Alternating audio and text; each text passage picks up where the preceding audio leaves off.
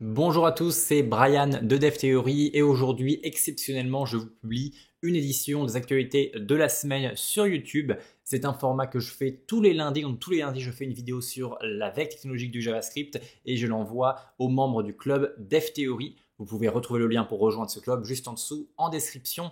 En attendant, on se retrouve donc avec les actualités et cette semaine, on va parler de SLint, de TRPC version 10, mais également de State of JS 2022. C'est parti. Alors comme je vous le disais, on va d'abord parler donc de State of JS 2022. Donc c'est l'un des plus gros sondages pour les développeurs JavaScript et qui est vraiment uniquement dédié à l'écosystème JavaScript. Donc c'est un sondage qui est assez important. Et donc, il vient en fait de sortir, c'est-à-dire qu'on peut commencer à y répondre. J'y ai moi-même répondu juste avant cette actualité-là. Ça prend, je pense, à peu près 5 minutes, entre 5 et 10 minutes. Et vous allez avoir donc plein de questions sur l'écosystème du JavaScript. On peut par exemple commencer à répondre, etc. Vous voyez qu'il y a plein de questions concernant le langage lui-même, les rendering frameworks, dans tout ce qui est Next, Nux, etc.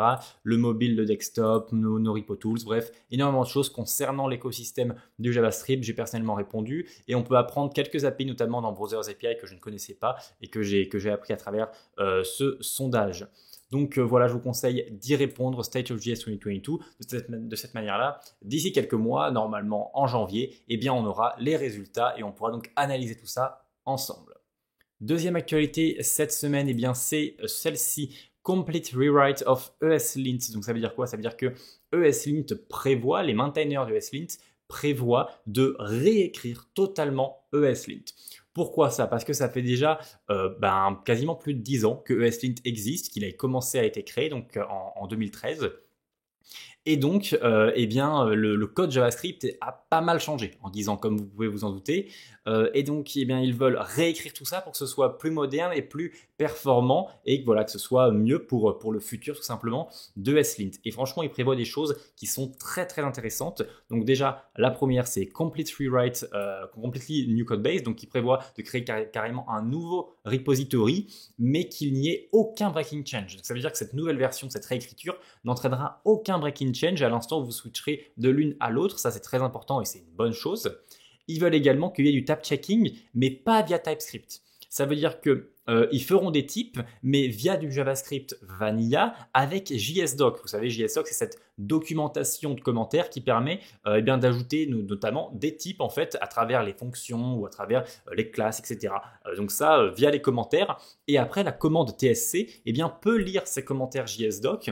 Et donc, vous écrivez du JavaScript vanilla, mais il sera quand même sécurisé et même au sein de votre éditeur, de votre IDE, il sera sécurisé parce que TypeScript pourra lire les documentaires, les commentaires JSDoc, ce qui est l'équivalent d'écrire du TypeScript, mais sans écrire du TypeScript en fait, en écrivant du JavaScript vanilla. C'est un choix intéressant parce qu'ils ne veulent pas donc choisir TypeScript, mais ils veulent rester sur du vanilla tout en ayant tous les avantages de TypeScript. Autre chose, ce qu'ils veulent faire, c'est qu'ils veulent avoir un runtime agnostique. Ça veut dire qu'ils veulent que ESLint puisse être exécuté, que ce soit sous Node.js, sous Deno, sous les navigateurs ou même autre chose, par exemple Cloudflare ou quoi que ce soit. Donc ils veulent créer un package ESLint Core qui soit l'exécutable pur, donc le cœur du système, et ensuite que par-dessus il y ait ESLint Node par exemple, ESLint Browser, etc. pour avoir les adaptateurs selon le runtime. De cette manière-là, on pourra run ESLint un peu partout sur n'importe quelle machine.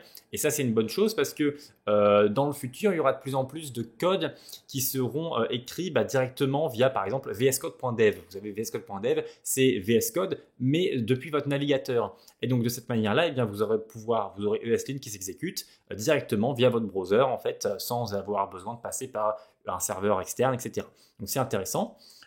Ils veulent également, et ça c'est assez étonnant de la part de ESLint je trouve, être language agnostic, c'est-à-dire qu'il y aurait un paquet spécial ESLint/JS pour vérifier les règles pour le JavaScript. Et donc potentiellement, il y aurait d'autres langages qui pourraient utiliser ESLint. Donc ça c'est vraiment dans un futur un peu plus lointain, mais c'est intéressant également. Et ils veulent avoir une nouvelle API, des nouvelles règles, être que en async un peu partout. Et puis voilà, il y a pas mal d'autres choses. Dans tous les cas, ils veulent quand même avoir des types, donc avoir des déclarations de type via justement leurs commentaires de type, comme je disais avant. Donc tout ça, ça va demander énormément de temps. Hein. Il y a un mois que ça a été écrit, cette petite issue-là, cette petite discussion-là, mais il va falloir avoir un énorme RFC, comme ils disent. Donc ça va prendre beaucoup de temps. Et je pense que c'est une superbe nouvelle pour ESLint, parce qu'il y a pas mal de concurrents, comme par exemple ROM, qui arrivent. Et donc ESLint, ce serait super qu'ils aient tout ça. Dernière chose que j'ai oublié de mentionner, ils veulent justement que certaines components de ESLint soient remplacées par du Rust. Donc qu'il y ait encore plus de performance par du Rust ou même par derrière du WebAssembly, que ce soit exécutable très très rapidement par le runtime où vous êtes. Donc voilà, c'est vraiment une superbe nouvelle pour ESLint, mais ça va prendre beaucoup de temps. Donc voilà, il ne faut pas s'attendre à la voir dès le mois prochain. Autre nouvelle concernant cette semaine, c'est TRPC version 10. TRPC, je ne sais pas si vous savez, mais ça vous permet de forcer le fait d'avoir des types côté front et côté back, et en fait d'avoir une communication de ces types-là très simple entre votre API backend et votre front-end en fait. Donc d'avoir une communication très simple de ces différents types pour avoir donc une full stack typée en fait tout simplement. Et bien ils ont sorti leur version 10 qui a une meilleure développeur experience à travers notamment des petites commandes comme GoToDefinition pour aller à la définition du type depuis le front-end vers le back-end, Rename Symbol, comme ça vous pouvez renommer votre type directement que ce soit depuis le front-end et ça va le renommer également côté back-end. Et d'autres petites choses, notamment au niveau du back-end, et également des meilleures performances pour ce qui est du TypeScript en utilisant le TS Incremental Compilation. Je ne suis pas sûr ce que c'est, mais j'irai voir si jamais vous êtes intéressé. Et voilà, donc en plus, il parle d'un growing écosystème, notamment de plus en plus d'adaptateurs pour autre chose que React, c'est-à-dire Solid, Svelte et Vue, ce qui est une très bonne nouvelle car moi j'aimerais beaucoup utiliser TRPC sur mes projets. Je ne l'ai encore jamais utilisé, mais c'est vraiment le next step une fois qu'on a donc le back et le front en TypeScript, en fait, qu'on a le back et le front typé. Voilà pour ce qui est de TRPC version 10. Maintenant, la librairie de la semaine, c'est Tailwind Classed ou TW Classed. En fait, ça permet de créer des components Tailwind reusable et typés. Et ça, c'est important parce que par exemple, ici, donc là, il y a une petite vidéo de présentation.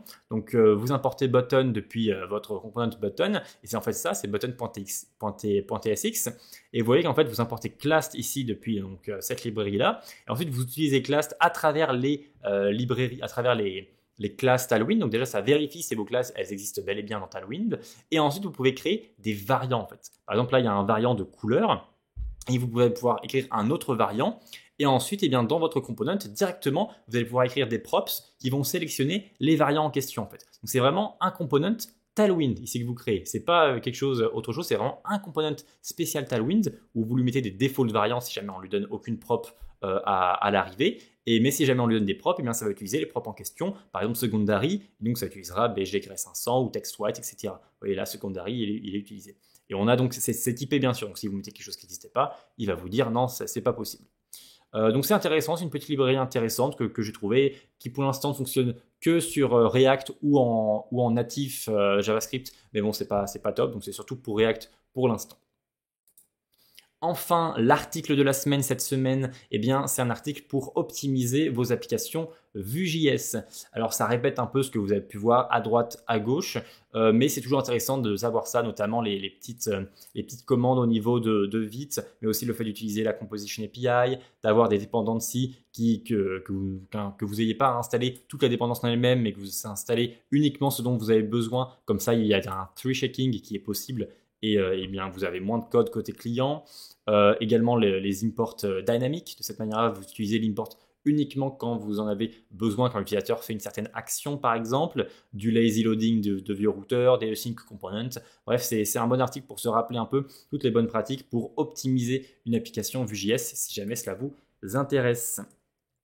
Voilà tout concernant cette semaine, je vous mets les liens de toutes ces petites choses juste en dessous en description. Je vous souhaite une très très bonne semaine, un bon codage et on se retrouve lundi prochain.